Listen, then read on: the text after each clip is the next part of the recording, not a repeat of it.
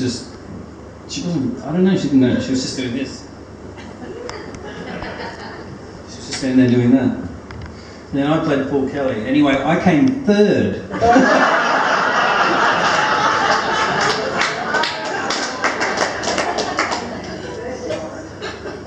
Redcliffe for you. That's Redcliffe, there you go. I came third.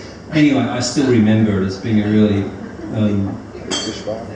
fun experience. It's my first time playing in front of an audience and playing a Paul Kelly song. I grew up admiring Paul Kelly as a songwriter.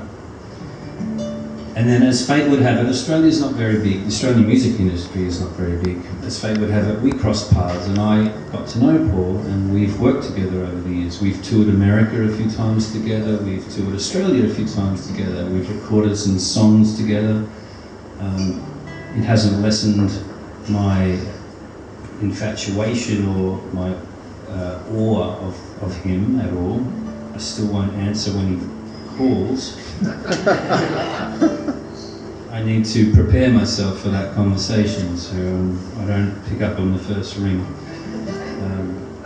Mind you, nobody these days should be calling you without a text message warning you that they're going to call you.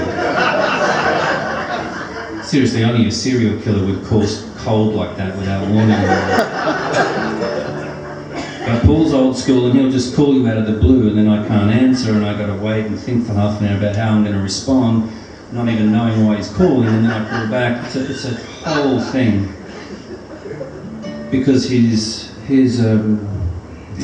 beyond human to me, you know, he's shaped my life. When I was making this new record, Living in Colour, I wanted to write an answering song, and an answering song, for anyone who hasn't heard of what they are, you probably actually heard answering songs before, you may not know what they are. And an answering song is when somebody writes and releases a song in response to somebody else's song that's already been written and released. And there's been a long, long history of these in popular music, maybe even more so in country music, but a lot in popular music. You know, Carly Simon and James Taylor, and whoever that was, you know, they would write songs about each other and then someone else would release one about them, and, you know, Fleetwood Mac would do it within the same band. So I wanted to write an answering song because I hadn't done one before. I decided to write an answering song to Paul Kelly's Life Is Fine, and he had this record called Life Is Fine, probably less than 6 years ago now, and it was after all that time, it was his first #1 record in Australia in his entire career, after all that time. And it was a great record. It had him on the cover, if anyone's seen it, has him on the cover, a great photo of him in the ocean, swimming, waving, looking very content. So I wanted to write an answering song to that. Life Ain't Fine, that's what I came up with, and I thought I would go one step further, and I used all of Paul Kelly's song titles in the lyrics to tell the story.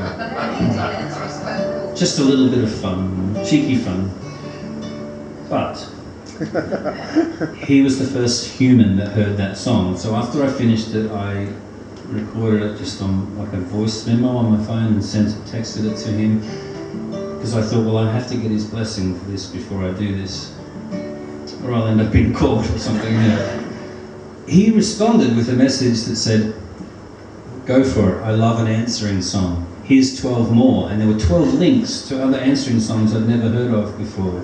So there was a whole bunch more that I got to discover through doing it. So he understood straight away that it was an answering song and why I'd done it. So I got his blessing and recorded it. And this is on the new record. And it's called Life Ain't Fine. We even had a cover for the single, which we weren't allowed to use in the end. I guess again for fear of litigation, but we had a cover of the artwork, which was actually Paul's cover of Life Is Fine with him waving in the ocean, but we had superimposed a huge shark and they didn't let us use it. Life ain't fine.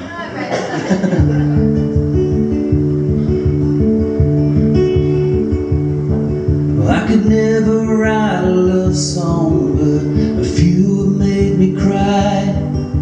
It's not for one to try and cross my heart and hope to die. And if I somehow managed to write my first today, it'd be a different song with different things to say. 'Cause you're 39, you're beautiful, but you're no longer mine. No matter what old Kelly says, life ain't fine. And those stars exploded and then we formed from the dust. It's hard to believe the universe believes in us. If there's a bigger picture, then I'm yet to see it all. In the meantime, I'll whistle up another cannonball. So please leave your light on while your loving's on my mind. No matter what poor Kelly says, life ain't fine. And if I saw you happy, I would wonder who you are. Most of the time you're sad as Charlie Owen's slide guitar.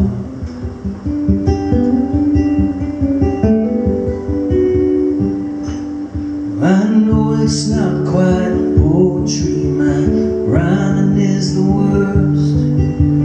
Shakespeare said it better, and I think he said it first. I don't make the perfect gravy, I won't make you change your mind. No matter what poor Kelly says, life ain't fine. You're 39, you're beautiful, but you're no longer mine.